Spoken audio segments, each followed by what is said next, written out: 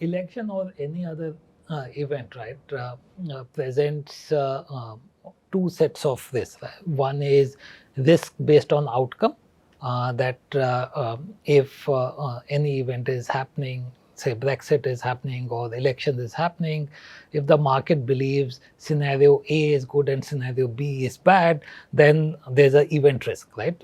If scenario A pans out or B pans out.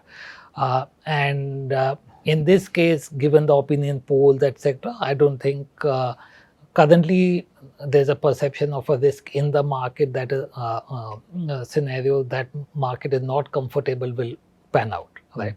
Of course, opinion polls can change and we will track them over the course of currently there is a risk or there is little no, risk? there's little risk. There is little risk, right. okay. Yeah. But the other issue is that markets don't like uncertainty. Right. Right.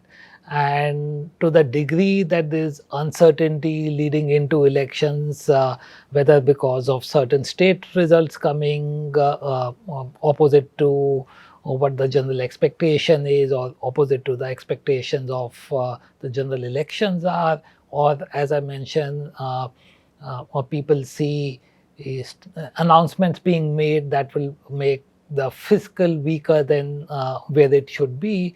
So I think those uncertainties are something that can play on the market. Right. So likely a lot of volatility. Yes. But overall kind of may not. But do elections, Ashish, do something to the economy itself which propels the market? Like as an example, one theory that one hears is elections induce a lot of spends. And because there are lots of spends, it just creates a multiplier effect on the economy itself. And, you know, obviously that's good for corporate profits and so I on. believe there's no free lunch. Yeah. Okay. So at the end of the day, Someone money has to come from somewhere. Yeah. So one of the things we all have been very happy with on how the government capex has gone up in the last few years. In fact, that's now reached a stage that it is crowding in private sector capex as well. Right.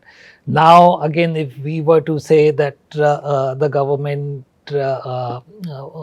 becomes profligate and now there is welfare spending that comes to the fore or subsidies goes up, it has to come either of the two ways. Either some of the spend that we have been positive or capex spends goes up or fiscal deficit goes up, right? And I would not want to make that choice. Right.